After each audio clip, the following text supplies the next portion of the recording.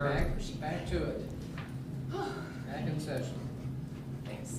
We were talking about number 74. Where is that number 74 that you were saying? Just Yes, the one Right. where, done. oh, yeah.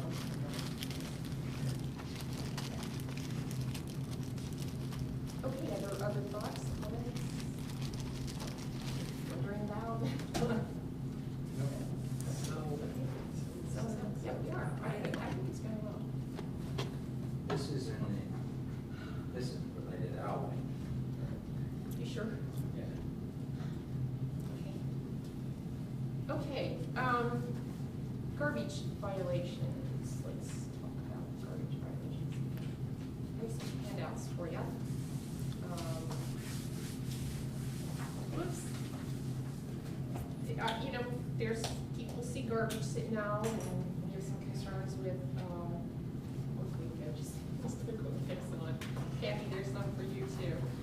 I wanted to review this again. I know we've reviewed it before, but it's probably been a year, maybe, since we've done this, or last July, when we started this process. So, thanks. Everybody get one?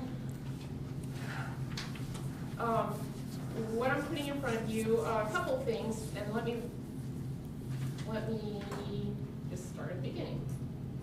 The process we decided, and actually that's called for in our code, and copies of that are attached to this letter. You take a look at the second, third, fourth page, and then the last page of this is actually a handout, which we've used for an advertisement in a couple of the newspapers, and it's on our website, as is the code, the whole bit. Anyway, what we're doing here is trying to educate our residents that when there are garbage violations, what do they need to be doing? You know, we reference the code sections there on the front. You can see that regarding containers set out, depositing waste on public or private property, and then the proper container storage. The letter talks about the screening, which reflects the zoning code that we dealt with last year in terms of height, what they can be using. It's, you know, just mentions that we're closing it for their information. We appreciate their prompt and continued cooperation. Should they have future violations, they may result in a citation. So that's the letter. I have considered it fairly non-threatening, more informative. I can tell you that we have probably sent out close to 150 of these letters since we started this process last July.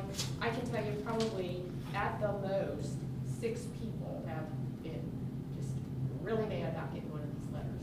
All the rest of them, They were embarrassed.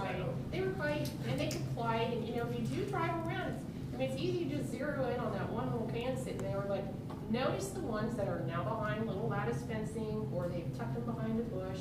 Actually saw an original one the other day, did well, but you couldn't see them.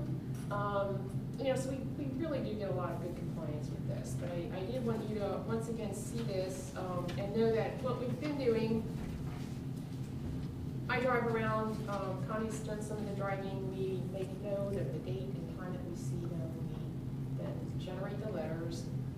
And as we indicated here, if that's your one and only time, you know, you will never hear from us again. If we should catch you again on another instance, what we've actually done, we had 4 instances where they were on the list previously, and at that point we sent them a certified letter, and they've complied, so we haven't had to go to the citation round. That was enough to get them to do it. Now, we did have some issues. Farragut seems to get its fair share of empty garbage cans that get kicked around.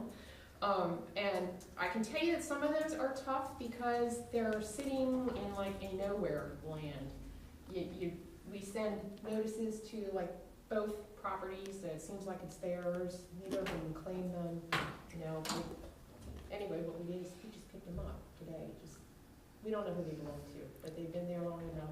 Most of them, they were all broken up. One was missing its wheels. One was, the bottom was totally cracked out of it. So, you know, just from being wind blown and stuff. So, if we can't determine it in the future, I will probably just be telling the service department to pick them up, because that's, you know, enough's enough on that.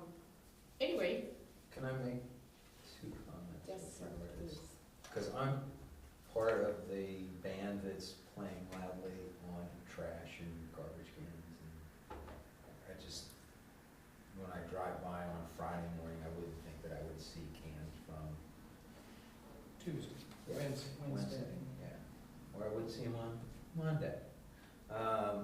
I've seen them on Sunday as well, Sure. over the weekend.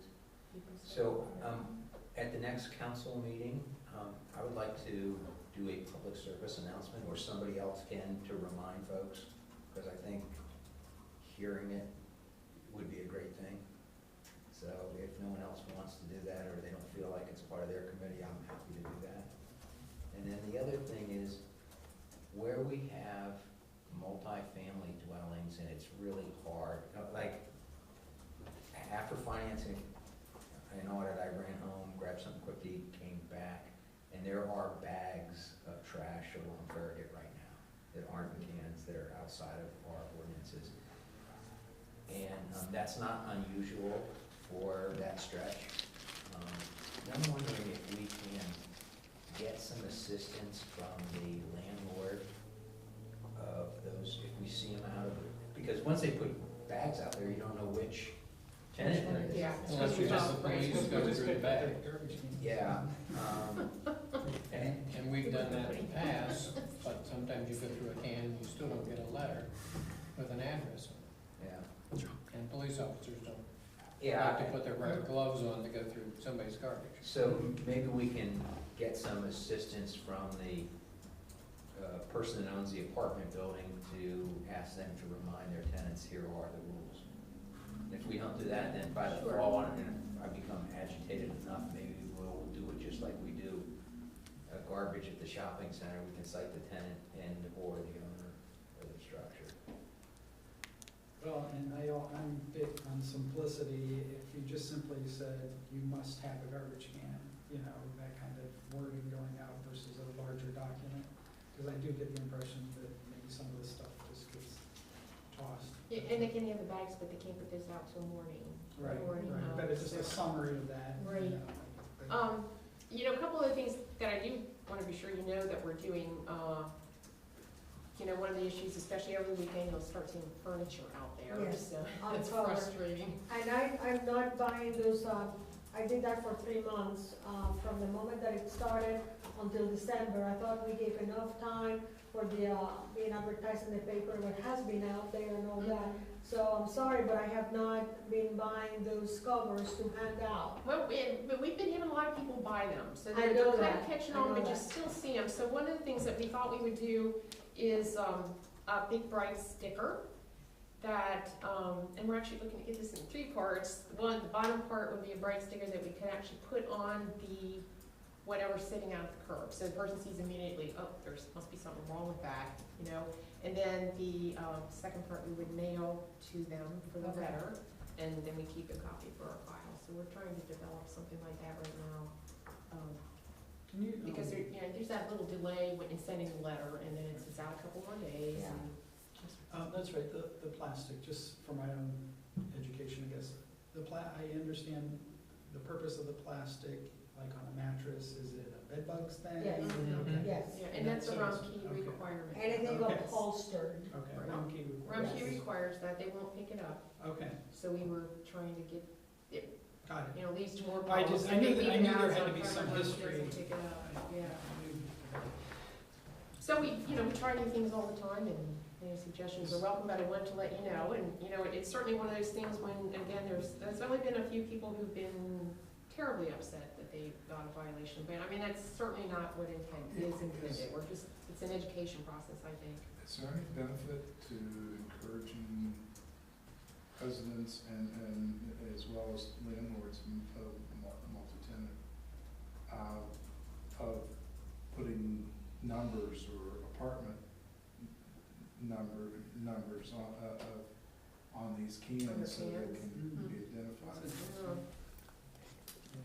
Good suggestion. One of the, it depends a lot on the landlord and how conscientious the landlord is. And traditionally, some of the landlords on Farragut, the area where we've had the most problems with those 8-unit, 1-bedroom buildings, is you don't always get the cooperation of the landlords, Right. and the tenant turnover in those Yeah. places is fairly frequent. And then, I mean, this has been an ongoing battle Oh, for sure, I know. years. And, you know, and some of the people talking about past history that we went after with putting the bags out the night before. You know, a couple people we ended up finding out, it was the little old ladies that were going out there, you know, that were too feeble, Couldn't handle they it. couldn't handle a can, and they couldn't get up at 6 in the morning, or didn't wanna get up, you know, especially in bad weather. So, you know, I mean, they're just all over the point. But one thing maybe to look at is the worst offending buildings, of sending copies of these to the landlord and ask the landlord to see that his tenants get those. Something. Yeah, we'll try it. But, you know, some of those landlords on Farragut are good conscientious landlords, and like, yes, the Violas, the Cohorts, people like that. But we probably don't have problems with those guys that much. Hi, baby.